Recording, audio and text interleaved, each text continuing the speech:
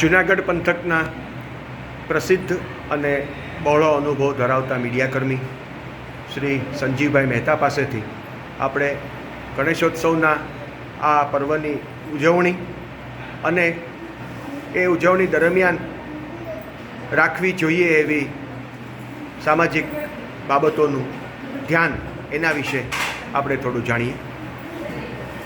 સંજીવભાઈ, prime debut સાથે વાત કરવા માટે આપનો ખૂબ ખૂબ આભાર. આપના બહોળા અનુભવના આધારે અમારા દર્શકોને એ જણાવો કે આ તહેવારનું ધાર્મિક મહત્ત્વ તો ખૂબ જ છે, પણ એની સાથે સાથે સામાજિક અને પર્યાવરણને લગતું જે ધ્યાન આપણે જાગૃત શહેરીઓએ રાખવું જોઈએ તેના વિશે બે શબ્દો કહેવા વિનંતી. સૌ ભાવિકોને જય ગણેશ. લોકમાન્ય તિલક દ્વારા શરૂ કરવામાં આવેલા ગણેશ મહોત્સવ હવે માત્ર મહારાષ્ટ્ર પૂરતો સીમિત ન રહેતા સમગ્ર ભારત વર્ષ અને તો હવે તો વિશ્વમાં જ્યાં જ્યાં ગુજરાતીઓ અથવા તો ભારતીય સમુદાય વસે છે તેઓ ગણપતિ મહોત્સવની ઉજવણી કરે છે.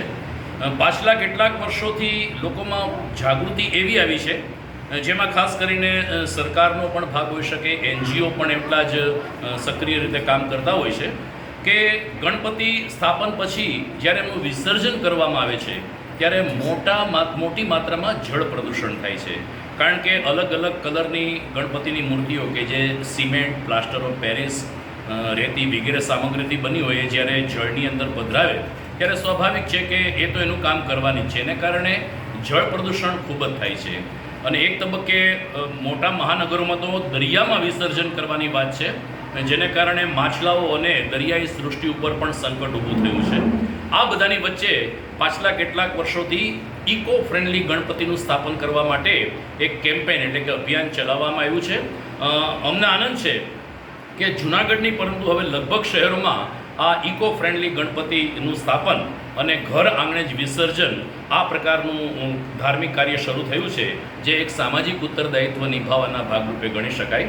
માટીના ગણેશ બનાવવાથી 2-3 ફાયદા થાય છે. એક તો એનું વિસર્જન કરવામાં આવે જળાશયમાં તો પણ કંઈ પ્રદૂષણ થતું નથી, કારણ કે માટી છે તરત જ ઓગળી જાય છે. બીજો એક ફાયદો એવો થાય છે કે લોકોને વિસર્જન કરવા બહાર ક્યાંય જવું જ નથી પડતું. પોતાના એપાર્ટમેન્ટના પાર્કિંગમાં, પોતાની સોસાયટીમાં, પોતાને ઘેરે પાણીની અંદર જ એ ગણપતિજી પધરાવી દે એટલે તરત જ ઓગળી જાય. मेरा नाम सुरेंद्र कुमावत है. हम यहाँ बालाजी ड्रीम सिटी मधुरम में गणेश उत्सव का पर्व जो आज से स्टार्ट हुआ है मना रहे हैं. हम पिछले 10 सालों से यहाँ पे सभी मिलकर के सभी कॉलोनी के वासी और बाहर से आए हुए सभी लोग, जैसे मैं राजस्थान से हूँ, कई MP से हैं, सभी गुजरात के, सभी आपस में मिलकर सर्वधर्म समभाव के साथ में बहुत ही हर्षोल्लास से आज हमने गणेश चतुर्थी का ये उत्सव शुरू किया है.